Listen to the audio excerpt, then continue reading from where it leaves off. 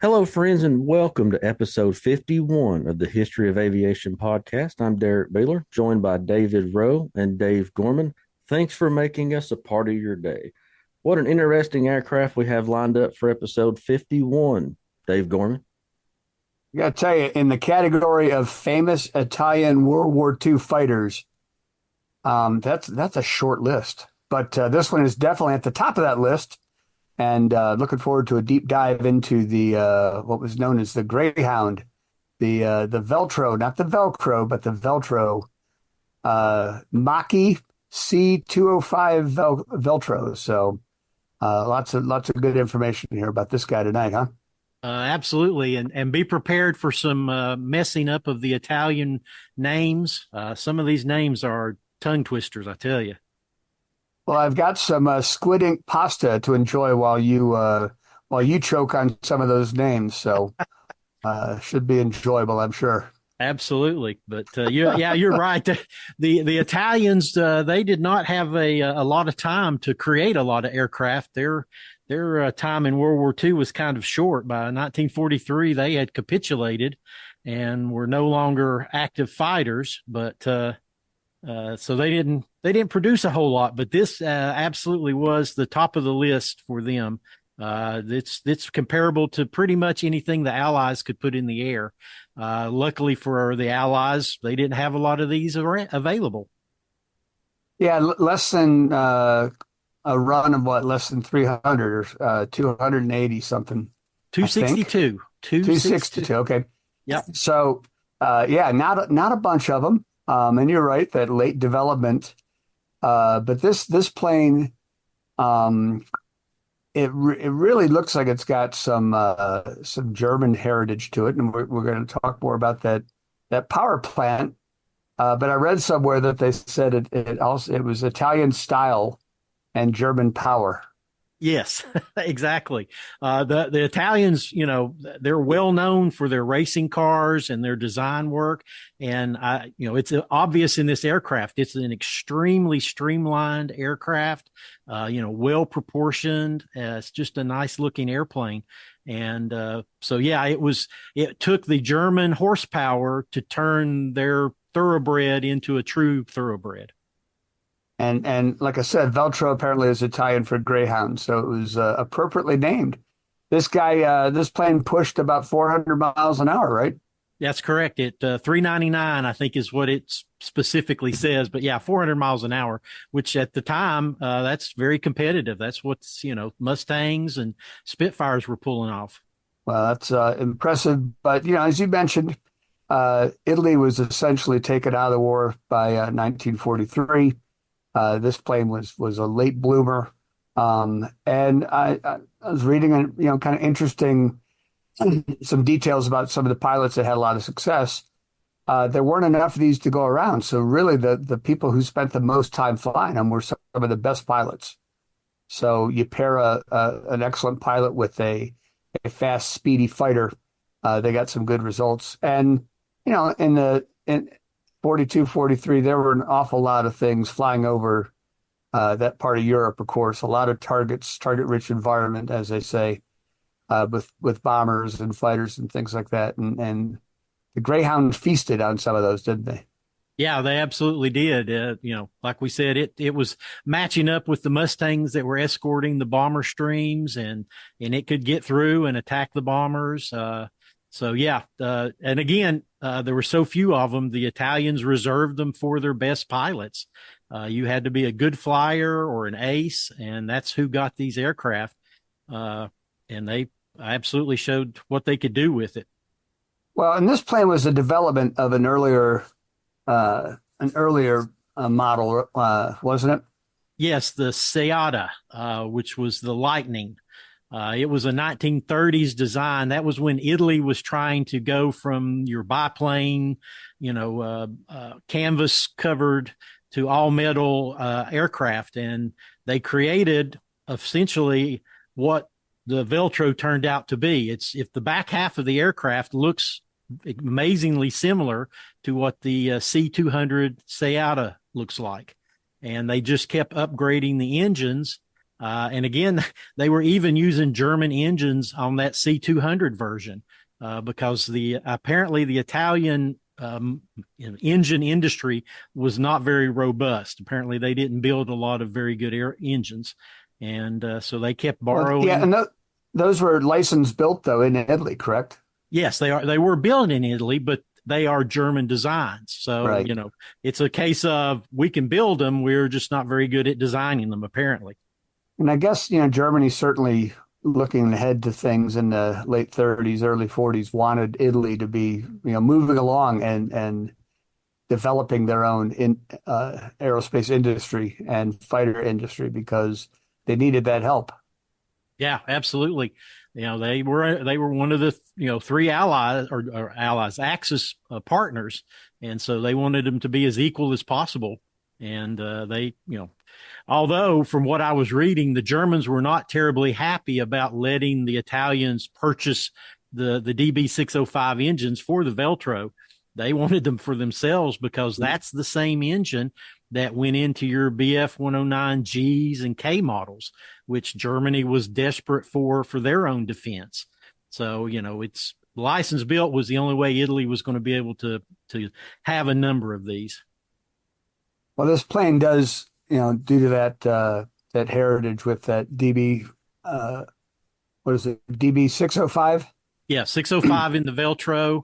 One of the planes we haven't talked about. So the Italians started out with the C200, the Lightning, and they went to the C202 Folgore, which was the Thunderbolt, which if you look at the Veltro and the Folgore, they're visually very, very similar. There's only some minor details like a larger tail, some differences in the cockpit, some minor changes in the cowling. But to set them side by side, they look extremely similar. And so that used a DB601 engine, the Folgore, and then they upgraded that to the 605, and that's when it really hit its prime for the Veltro. That made it the competitive aircraft that it was. Well, and it really does resemble a 109 there from the spinner back to about the cockpit. Just that big cowling area and everything in the nose. It really has that Teutonic look to it, doesn't it? Yes, absolutely, it does. Interestingly, I was reading where to build this aircraft, the Veltro, it was way more complex than the ME-109 was. So even though you've got that same power plant and structure up in the front, everything going back was way more complicated. So if it took, 4,000 or 5,000 man hours to build a BF-109, it was taking 20,000 man hours to build the Veltro. So they had just a really complex internal structure. And it just took a long time to build these, which is one of the reasons why they didn't get to build very many of them. They really needed to simplify that whole process, and they didn't have the luxury of that. They didn't have the technology, perhaps, or the certainly we were targeting their aviation construction facilities from the air as well, weren't we? Yes, absolutely. And ultimately that's what ended the production of the aircraft is when we bombed the Macchi factory and, turned it into ruins and they couldn't build anymore. So that ultimately the bombing is what killed the aircraft. Now, I was surprised to find out that this plane actually did had German pilots that flew it. That is correct. There was an entire squadron of Germans, the Luftwaffe, that actually used it. It was JG-77. They used it for 2 months from October until December of 1943. And apparently the Germans were not very enthusiastic about the Veltro. They said it was fast and had good flying characteristics, except it had a tendency to lose control in a sharp turn. And again, this is a very sleek, very fast aircraft, so you had to fly it at all times. And so they only used it for a couple of months, and then they moved it back to the Italian units, and they switched over to their Messerschmitt 109s. So they were relieved to get back home in that regard. Yes, I think they were. I think exactly. Familiar territory. I was disappointed to read that you'd have a tough time finding one of these. Yes. As a matter of fact, there's 3 I say originals. There's three that are that are left in Italy. Where was it? There was one that's one at the National Museum of Science and Technology in Milan, and two at the Museo Storico dell'Aeronautica Militare in Vigna di Valle. Hang on, let me swallow this pasta with the squid ink. Thank you. I apologize to everyone of Italian heritage for that butchering. Sounded good. Oh. But anyway, the story about the survivors, they are not true 205 Veltros. They are a combination of pieces from 202 Folgoris and 205s. After the war, a lot of the 202s were upgraded to a 205 status by adding that DB605 engine. So the ones that are still, the three that still exist, are apparently cobbled together with pieces of both versions. So there's not a true 205 left from what I was reading. I suppose we're lucky they have that much of them. Well, and they actually had one flying in 1986. The Macchi actually restored one to flight status and flew it up until 1986.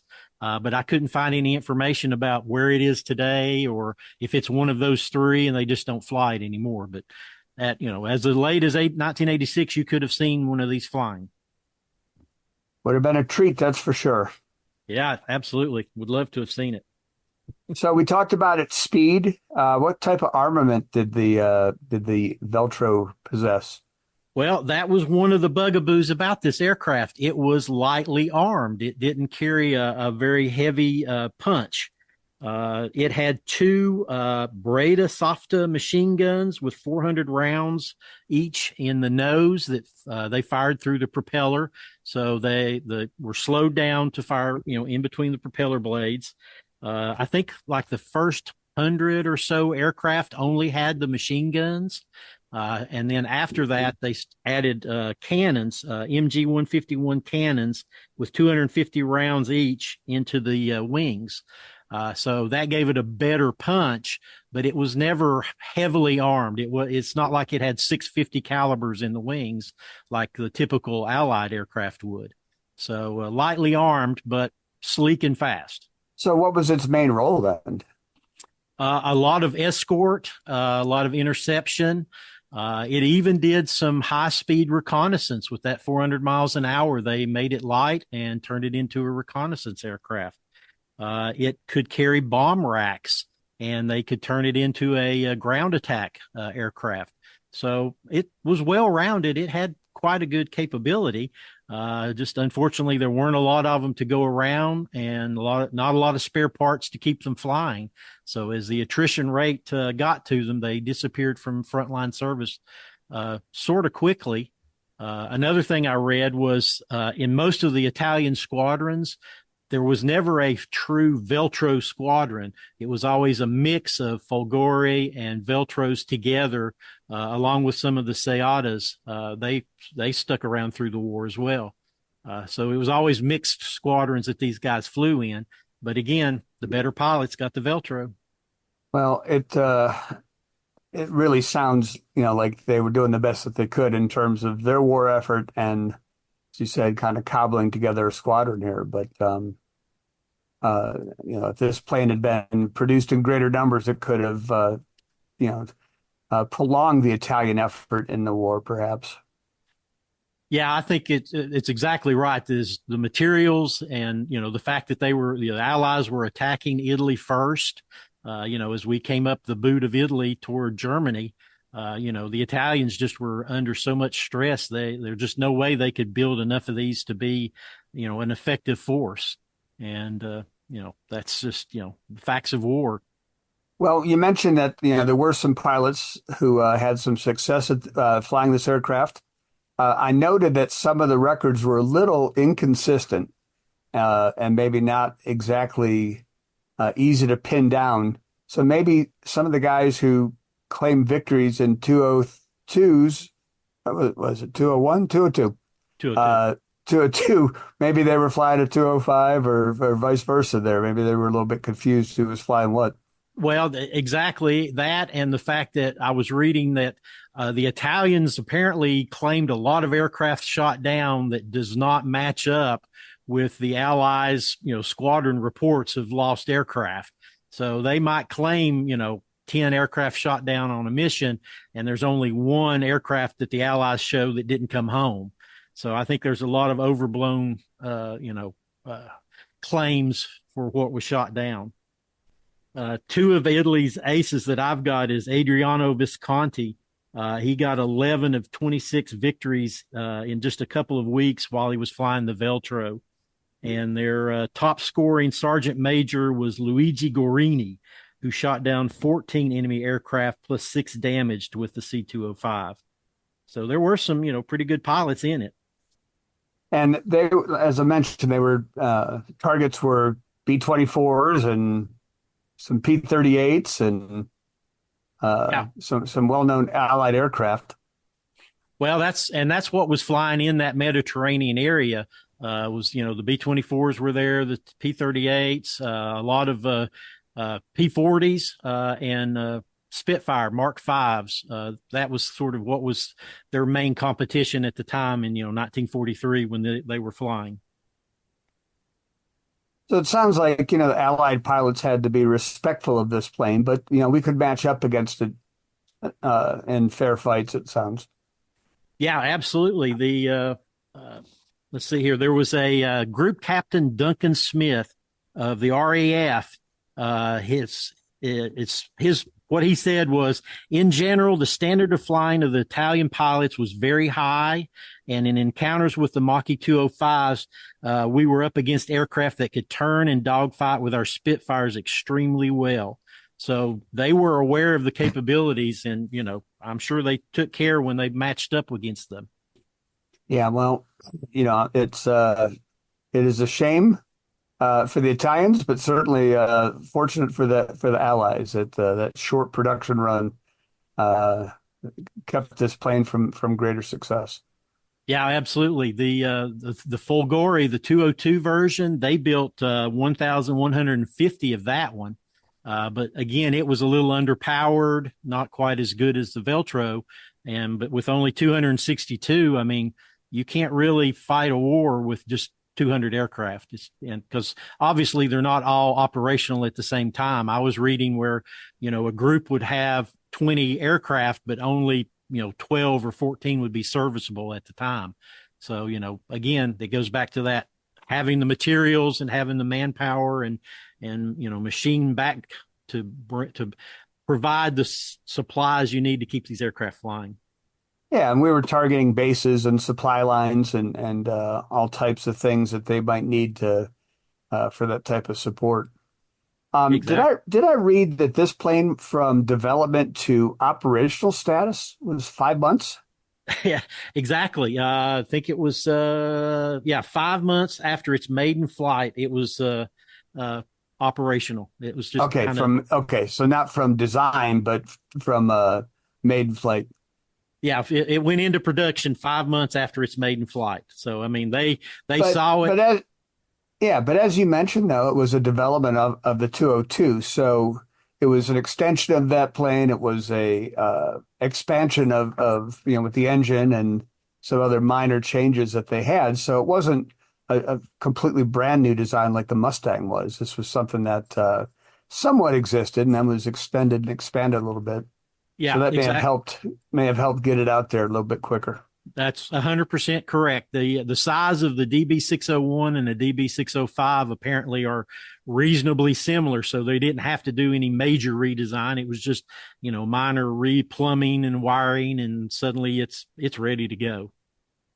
When I first started looking into this plane, I realized that the Italian Air Force is what I know the least about, I think, of all the major powers, and there aren't many. Doesn't seem to me that there are very many surviving examples of World War II aircraft on the Italian side that are out there. I know that there's a fighter in the Smithsonian that they have in the original Air and Space Museum, and I think that does Dayton have a Italian bomber from World War I? maybe a reproduction? I don't know about World War One. The Dayton Museum does have a 200, the Seata. They do have one of those. I've got a picture of it that I took because it's that big radial engine version. And so there's that one. The one at the downtown museum is a Folgore that's hanging in their World War II gallery. And you walk in and it's just hanging right in front of you. It's Yeah. really impressive when you walk in that room. But I don't So know about anywhere I'm else in the looking. U.S. It's the Caproni. The CA-31 is a powered by three Gnome rotary engines, and that's the one that's up in Dayton. And it's been up in Dayton since '87. Okay. Big, huge plane, but very, very it's pretty delicate looking. But yeah, Well, how no, many of you those? could yeah, you could see a few Italian aircraft in this country, but not too many. No, not too many that I'm aware of. But if you do see them, they look, they have a look. They're Italian looking. They have a very Well, good design sense. considering that this plane survived the war and was being used in other countries, that's another reason it's a little surprising that there aren't more examples that exist today. What were some of the other countries that operated the Veltro? Well, we talked about the Luftwaffe was using it. When Italy capitulated, there was a group of Italians that decided that they wanted to keep fighting. That was the Aeronautica Nazionale Repubblicana. They took about 30 of the 205s. And as a matter of fact, the Macchi factory was still in the Italian/German held areas even after they had surrendered, so they could continue building the aircraft. And they built another 72 aircraft until, like I said, their factory was bombed and they were put out of business. So there was the remaining Italians. It was also used by Croatia. They had a very small batch, and it was used by the ZNDH. And I'm not even going to attempt to say the name of that. But they flew over Yugoslavia, and they were soon wiped out. And then post-war, it was used in Egypt against Israel during 1948 and 49 during that war. They received 62 refurbished 205Vs, and these are the ones that are Folgores that have had a 605 put in the front. They're kind of mishmash pieced together. And so out of that 62, 41 were converted from C202s. And they used the underwing bomb racks to attack the Italian or the Israelis quite a bit. And was this January of 1949, a C-205 shot down an Israeli P-51D Mustang. And then there were three of the Veltros that were shot down by the Israeli fighters by the end of the war. So it was still in service in, 1949, 1950 in Egypt. Pretty much eclipsed in other places by the advent of jet fighters and things like that. But for those countries that needed a bargain priced fighter, Yes, they were out there. absolutely. As a matter of fact, the Egyptians replaced the Veltro with Spitfires. That's what actually they got replaced by. Oh my. Any port in a storm, right? Well, that's I think the Spitfires were available, and the Veltros were, there wasn't a lot of supplies to keep those in service. That's why we had Corsairs battling Mustangs in Central America, right? That's exactly right. You use the best that you can get your hands on. That's it. Well, this plane, does have a pretty interesting history, and it was successful. There's no doubt had they been in the war longer and had more of these that made it out to actual squadron strength, that this plane would be known better, and we would know the names of some of the pilots and some of their heroics. They were fighting in the war. They were doing the best that they could, of course, but this plane served them well. I'm grateful it didn't serve them any better. There's a lot of people that would agree with that as well, because like we said, it's a fast plane and it did its job well. It's just there weren't enough of them to go around. So this company that built this plane, the Macchi company, they still exist, I think, don't they? To be honest, I didn't look that up. I don't know. I know that I'm going to be seeing hopefully the Frecci Tricolori uh, Italian Blue Angels equivalent. They're going to be up in Milwaukee here in a few months, and I think they're going to come through Oshkosh. And so, if all goes well, we may get to see them do a flyby at Oshkosh. And it's I'm pretty sure that's the same company. I'm looking it up real quickly here. Yeah, I did not think to look that up. Now, Fiat is who built who was the builder of the license built DB 605s.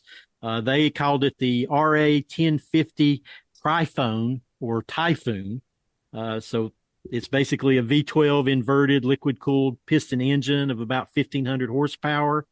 And it pushed a three-bladed constant speed propeller, which is pretty much the same as what the BF 109. That's why it's pretty much the same. Gotcha. 400 miles an hour, cruises at about 250 miles an hour, has a range of about 590 miles, service ceiling of 37,700 feet. But I think its best fighting altitude was in the like 24,000 feet. That's where it really excelled. That was its best place. I was looking at that is the same company, Macchi, that existed up until about 2003 when it was sold off, apparently. I'm surprised they survived the war and continued producing aircraft. Now, I'll have to look that up and see what else they were involved in, because again, like you were saying, the Italian, I'm not real familiar with them. I probably know more about the Japanese than I do the Italians, and just haven't spent a lot of time studying them. Well, they made motorcycles and other fun things like that, I guess. I was at Zach's museum over there, Zach Boffman over there in Virginia years ago, and they've got a sewing machine on display, and it says clearly that it was made by Messerschmitt.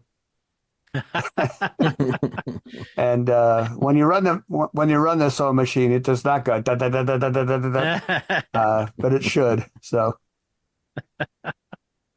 well, all of these companies were involved in many other endeavors before they got into aviation or as part of their aviation history. So it's not surprising to hear that they branched out into other motor vehicles. Absolutely. David Rowe, I got to ask you, you guys up there in Tri-Cities just had the Air Power event, correct? Yes, we did. We had the Commemorative Air Force's Air Power History Tour came through for 4 days. It was glorious. I was out there every day taking pictures. Was there in the morning. I drove by in the evening. I was there almost all day Saturday with our unnamed friend in Knoxville and took a ton of pictures and video. So there's a lot of stuff that will be coming up from that tour event. It was the B-29 Super Fortress Fifi. There was a T-6 Nella that represented the WASP, the Women's Auxiliary Service Pilots. And it was actually flown most of the time by a female pilot. She did a really good job. She was so busy taking flights, taking people up and bringing them back all day long. And That's they also fantastic. yeah, it was great because I got great shots of that plane all over the place. And then they had a C-45 Expediter, which is a Beech twin. And it made multiple flights as well. So it was a very busy weekend, a really good turnout. Sunday, the weather was a little iffy, but they kept flying. It was pretty amazing. So glad to have them here and hope they come back real soon. You'll have that footage for us here pretty soon on Airfile on your it's Airfile on YouTube and airfile.com, correct? As well as all your social media. Yep, exactly. As soon as I can get it made. I have to wait till after this drag race, though. All my attention's on the NHRA coming to visit Bristol this weekend, so I'm a little busy with that. But once that's done, It's on to the videos. We will Oh, patiently wait. it sure was thoughtful of them to come up to see you this time. Yes, it was. I appreciate it much. They called ahead. Dave Gorman, what do you got going on, buddy? Well, some jealousy. Working through it though. I did want to go up to Tri Cities. I've got a buddy whose father was a B-24 crew member, and he's been dying to see Diamond Lil. And Diamond Lil was going to make this trip, and then was unable to make it. So we'll look for her again some other time. Otherwise, I might have found my way up there. But I will be going with He Who Shall Not Be Named up to St. Louis this weekend. We have the Spirit of St. Louis Air Show, which they've been adding some new aircraft and different things and features. It's changing every day. This is one of those air shows that sells advanced tickets, and they raise the price the closer you get to the air show, and they don't do refunds, which I get. Ouch. But I can't buy a ticket for an air show in St. Louis in advance. I got to wait until I know what the weather's going to look like. But so far, it's looking pretty good. We're going to go up there Friday and stay until Sunday and get our fill of this air show. This has been growing in popularity, and we'll get a bunch of videos and pictures up on my socials from that here pretty soon. Yeah, now I'm the one that gets to be jealous for you guys going to that. Absolutely. Yeah, me too. Well, we may do a live update from the road. We'll do that. Of course, Definitely. Yeah. the problem with that, Derrick, is it always involves. Now there Be we careful go. there. Be careful. Cat's out of the bag. But if I can find a way to edit him out, then maybe I will. But no, Bruce is a good traveling companion. He loves air shows too, and so we'll hit a couple more this year before it's all over. Definitely. And guys, I am going to be at a event here coming up pretty soon. What's that? Where are you Saturday, headed? June 22nd, 2024, from 10 a.m. to 2 p.m. The Morristown, Tennessee EAA Chapter 1494 Annual Splash-In at Douglas Lake is where I will be. Oh, yeah. Get your feet wet. We'll do You wearing a one piece or a two piece? probably a onesie. Attaboy. I feel like that's the best. So now this is an event that it sounds like a great time. You're going to take a camera, I hope.